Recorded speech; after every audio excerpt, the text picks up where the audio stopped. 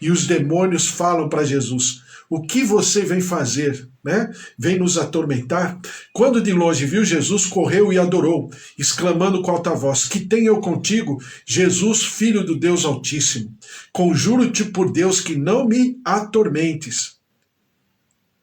Então, eles não só identificavam quem era Jesus, mas eles tinham toda uma consciência do que significava Jesus naquele contexto e que ele estava ali como Filho do Altíssimo.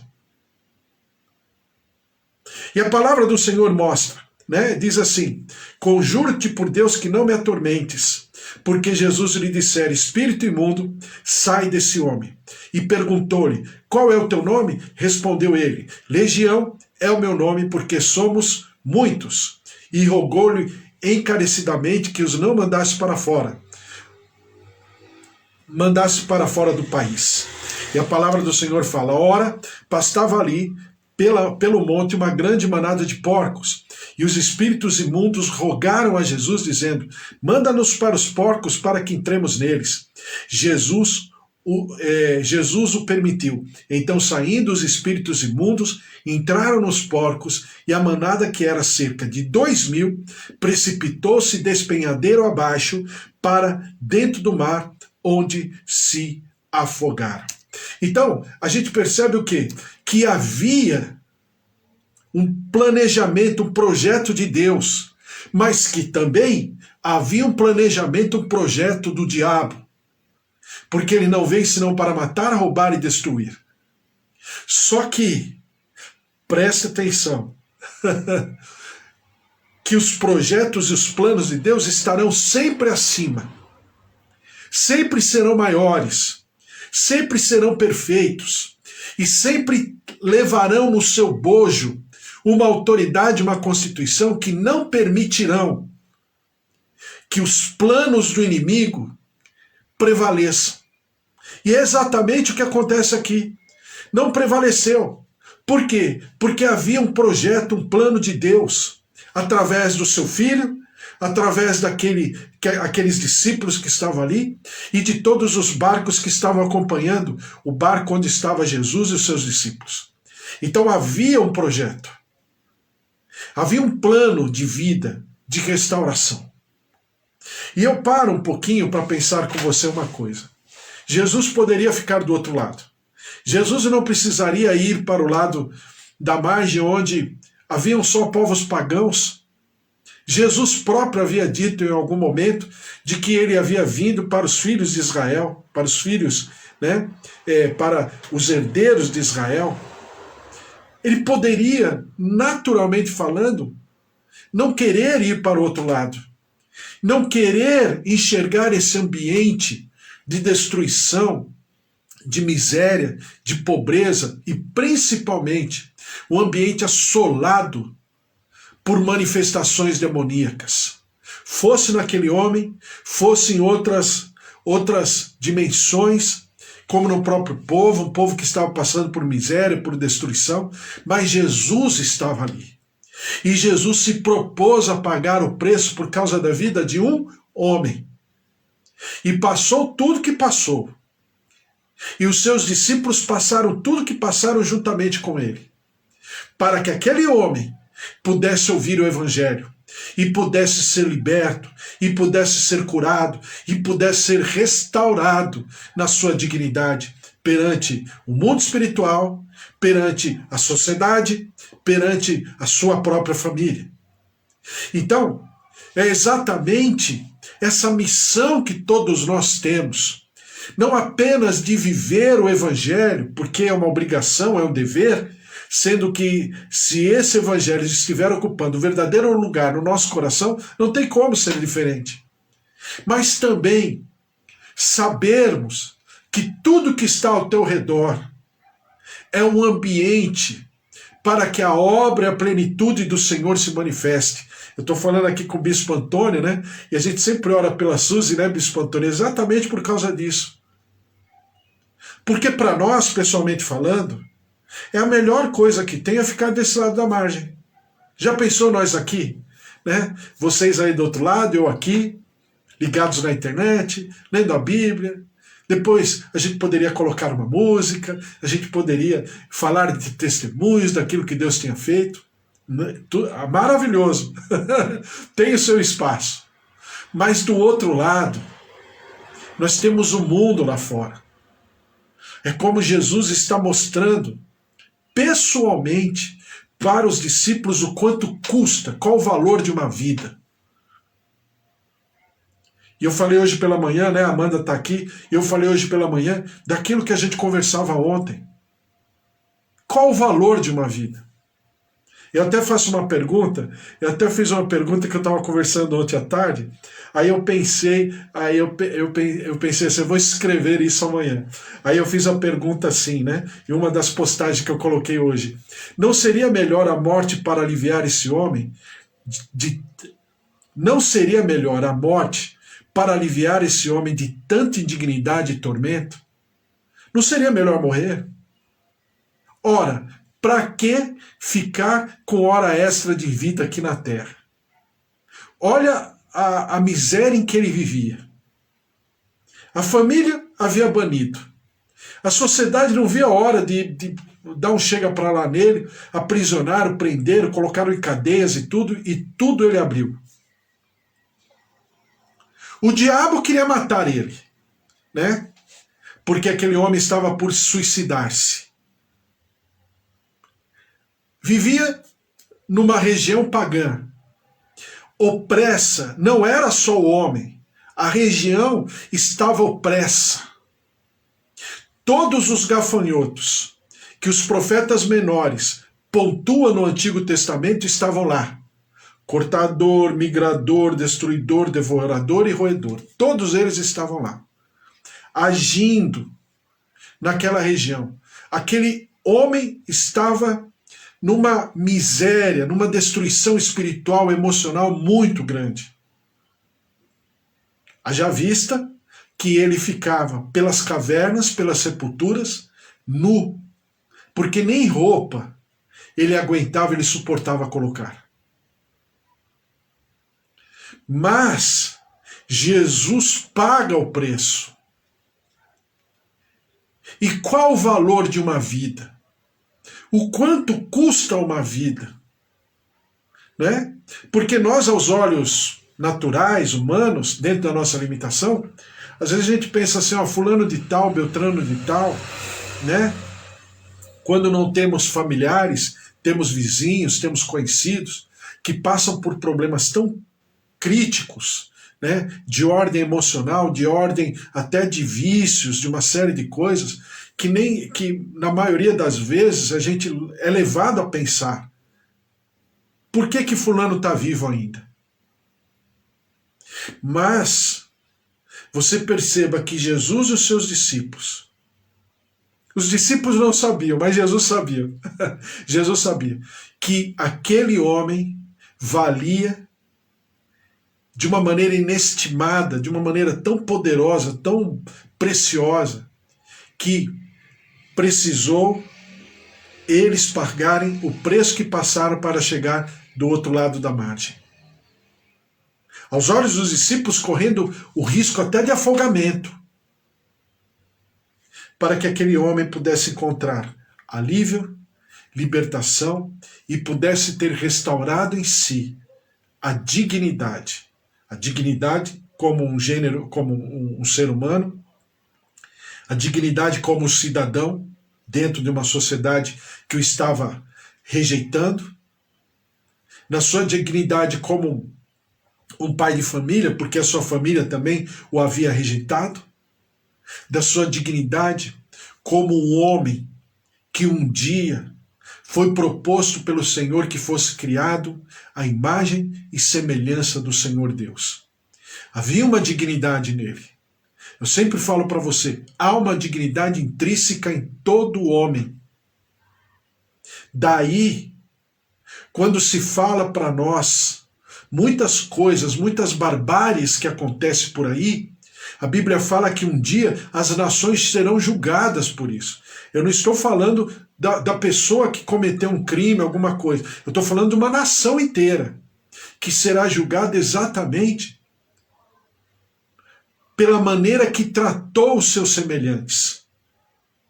Haja visto o que acontece pelo mundo com as pessoas que fogem de países, né, e são pegas aí, às vezes no mar, à deriva, morrendo, a embarcação furada, as pessoas morrendo de fome, e todas essas barbáries que a gente assiste por aí de vez em quando. Então, Jesus foi até esse homem. É aquilo que eu sempre falo para você. Evangelho é diferente de religião. Porque a religião é o homem tentando se ligar a Deus. Evangelho não. Evangelho é Deus buscando se ligar a nós. A obra é dele, não é minha. A obra é do Senhor. A mim compete estar ali apenas. Estar do outro lado da margem. Então, nós, como servos do Senhor, precisamos nos alimentar, precisamos nos capacitar, com certeza. É maravilhoso ouvir, é maravilhoso cantar, mas também nós temos o segundo ato. Qual é o segundo ato? Exercitar, sermos os laboratórios vivos, né? Fala tanto de laboratório hoje em dia, coisa de vacina, pesquisa. Nós somos o laboratório vivo do que significa a manifestação do reino de Deus aqui na Terra. Para que exatamente quando a gente se deparar com pessoas como essa, nós possamos buscar no Senhor o discernimento, para podermos servir de instrumentos, para que pessoas como esse homem sejam libertos, sejam restaurados, sejam reconstruídos na sua vida, em todos os níveis, como cidadão, como homem ou como mulher, né? Como alguém que tem uma família em algum lugar, em algum momento, em alguma cidade, algum estado. Mas nós somos essas pessoas. Nós somos os instrumentos do reino dos céus para nós também, com certeza, mas para aqueles que estão ao nosso redor. E a palavra do Senhor mostra aqui, do versículo 8, do versículo 11 em diante, diz assim: Ora, pastava ali pelo monte uma grande manada de porcos, e os espíritos imundos rogaram a Jesus, dizendo: Manda-nos para os porcos, para que entremos neles. Jesus o permitiu. Então, saindo os espíritos imundos, entraram nos porcos, e a manada, que era cerca de 2.000, precipitou-se despenhadeiro abaixo para dentro do mar, onde se afogaram. Então, para o diabo, porco e homem é exatamente a mesma coisa. Eu falei hoje pela manhã e estou falando de novo. Né? Existe até uma cultura italiana, principalmente, né, em algumas regiões da Itália, que eles falam assim, porcodio, porcodio, né, exatamente por causa desse ambiente aqui. Então existe um mundo espiritual. E nós, como servos do Senhor, entendemos de que nós temos, não em nós, mas na autoridade daquele que nos enviou, para manifestarmos a glória e a plenitude da vida abundante que o Senhor Jesus tem por derramar. Assim como nós estamos experimentando, outros também experimentem através de nós. Não é fácil, não é da noite para o dia, mas você perceba que esse homem, ele andava, e a Bíblia fala que ele andava pela noite e pelo dia. Um homem que não dormia mais de tão atormentado que estava. E a Bíblia diz que de repente esse homem estava completamente diferente. Veja só, versículo 4 diz assim, versículo 14 diz assim: Os porqueiros fugiram e o anunciaram na cidade pelos campos. Então saiu o povo para ver o que sucedera. Indo ter com Jesus, viram o endemoniado, o que tivera a legião, assentado, vestido, em perfeito juízo, e temeram. Os que haviam presenciado os fatos contaram-lhes que acontecera ao endemoniado e acerca dos porcos, e entraram a rogar-lhe que se retirasse da terra deles. Ao entrar Jesus no barco, suplicava-lhe o que for endemoniado que o deixasse estar com ele. Claro, é normal. Ele queria estar com Jesus. Por quê? Porque Jesus É tudo, manifesta tudo. Ele é amor, ele é carinho, ele é respeito, ele é dignidade, ele é restauração, ele é reconstrução, ele é ressurreição. É lógico, eu e você estaríamos a mesma coisa, aos pés de Jesus, querendo ir com ele para onde ele ou para onde ele fosse.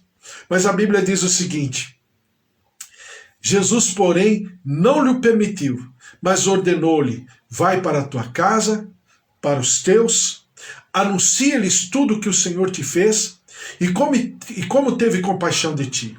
Então ele foi e começou a proclamar em Decápolis tudo o que Jesus lhe fizera, e todos se admiravam. Eu vou terminar aqui a história falando de todos os outros textos, porque não vai dar tempo para a gente ler. Mas nos outros textos está escrito o seguinte: que numa segunda vez o Senhor vai para aquele lado. Lembram-se que havia um ambiente tenebroso, né? Uma atmosfera demoníaca, não por sobre apenas aquele homem, mas por sobre toda aquela região. Exatamente porque estavam vivendo as maldições, né, da terra, sobre aquilo que tinham falado os profetas do Antigo Testamento. Os gafanhotos, entre aspas, claro, figurativamente eram demônios, né? Estavam ali agindo naquela terra de uma maneira completamente destruidora. Mas a Bíblia diz que o Senhor Jesus não permitiu que aquele homem estrangeiro, até então pagão, não permitiu que aquele homem seguisse Jesus. Seria até para Jesus, né, como a gente vê por aí, seria até vamos chamar assim, um cartão de visita. Né? Olha o que aconteceu com esse demoniado. Conta aí o testemunho, fala para eles o que eu te fiz. Pô, para Jesus seria um marketing maravilhoso, um merchandising maravilhoso. Mas Jesus falou: não. Volta para tua casa e para tua família. E não obstante ele voltar para sua família, mas aquilo que ele viveu foi tão importante, tão maravilhoso para ele, que ele falou para Decápolis, ou seja, aquelas 10 cidades ao redor ali, aquele conglomerado de cidades. Porque quando Jesus volta, e quando alguém percebe que Jesus está novamente aportando à margem, eles percebem que é Jesus. Eles pedem desesperadamente para Jesus ficar ali. E a Bíblia fala que eles foram a todos os locais dessas cidades e trouxeram, carregaram os enfermos, os opressos. E aquele ambiente tão tenebroso, de miséria e destruição e de sepultamento e de sepultura, se transformou numa região, creio eu, dos maiores milagres que Jesus fez. E não eram servos de Deus, não era um povo que temia o Senhor, mas foi um povo que, por causa de um homem, que teve a misericórdia, a graça, né, a alegria e o privilégio de se encontrar com Jesus, ele expressa de uma maneira tão poderosa, tão profunda, que aquele ar, aquela atmosfera pesada se transformou no estado de céu. E a Bíblia fala que por todas as fileiras que Jesus passava, todos foram curados e libertos. Enquanto do outro lado da margem estavam discutindo se Jesus estava operacionalizando todos aqueles sinais, prodígios e maravilhas pelos demônios, do outro lado, aqueles que estavam um dia endemoniados, opressos, estavam totalmente abertos para que a obra e o evangelho do Senhor se manifestasse. Porque alguém viu naquele homem um homem. Porque alguém viu naquele homem uma dignidade tão grande que pagou o preço e que demonstrou que valeu a pena. Então esse é o evangelho. Esse é o evangelho que nós vivemos. Esse é o evangelho que precisamos desesperadamente viver e pregar. Porque a obra, a outra margem do rio, né, a região de Genezaré, como diz a Bíblia, é muito grande. Está por todos os lados da nossa circunvizinhança. Mas nós precisamos passar do outro lado da margem. Amém? Glória a Deus. Então, essa é a palavra de Deus, não é maravilhosa? E como nós somos, assim, indagados e também privilegiados, mas também somos exortados.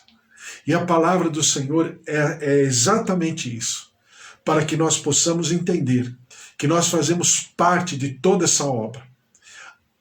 Haverão tempestades? Possivelmente. Mas a maior tempestade não é aquela que alguém pode providenciar de maneira natural ou sobrenatural, mas é a tempestade que está no coração humano. E para que essa tempestade possa apaziguar, é necessário só uma pessoa. Né? Não apequenando essa pessoa, mas só uma pessoa. Jesus Cristo, o autor e consumador da nossa fé. Vamos orar, colocar tudo diante do Senhor, ao Senhor todo louvor, toda honra e toda glória, em nome de Jesus. Houve um momento, né, no monte lá da transfiguração, que os discípulos também queriam ficar ali.